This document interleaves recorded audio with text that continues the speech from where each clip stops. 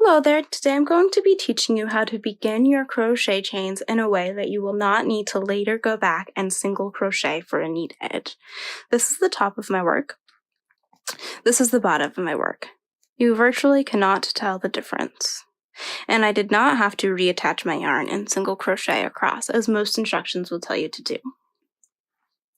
So to make this lovely beginning, you'll begin with your slip stitch and make your chain as usual. I will chain 11. 1, 2, 3, 4, 5, 6, 7, 8, 9, 10, 11.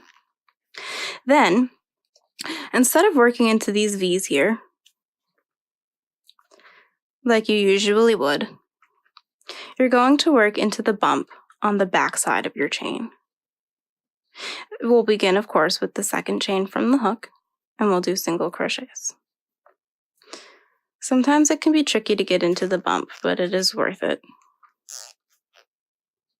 Work into this bump on the back, all the way across, rather than into the chain, and then the edge of your work will have the bump, and then you would attach your yarn later and single crochet across to make the neat edge.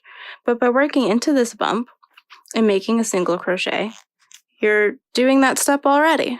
This chain, the V's that you usually work into but are now leaving unworked, become the bottom of your work. And it looks just like the V's that you make with a single crochet.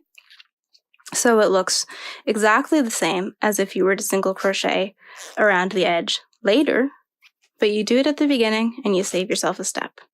I do this anytime I start a project. I am always doing my chains. If I don't do a foundation chain, I make them this way, where I work my stitches into this loop, into this bump on the back. Not into my V, but into this bump on the back.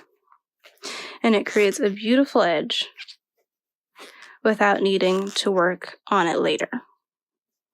See, that's the bottom of our work instead of the bumps that you usually get. You get beautiful V's. And you would just chain one and turn your work and work across as usual. It is a huge time saver, and it's definitely preferable to going back and attaching yarn after you've finished your project and single crocheting along the edge, which can be difficult to do once your project's completed. It can be kind of hard to see where you're supposed to make those single crochets. So if you do this from the beginning, you'll always have that beautiful edge, and you've saved yourself some time.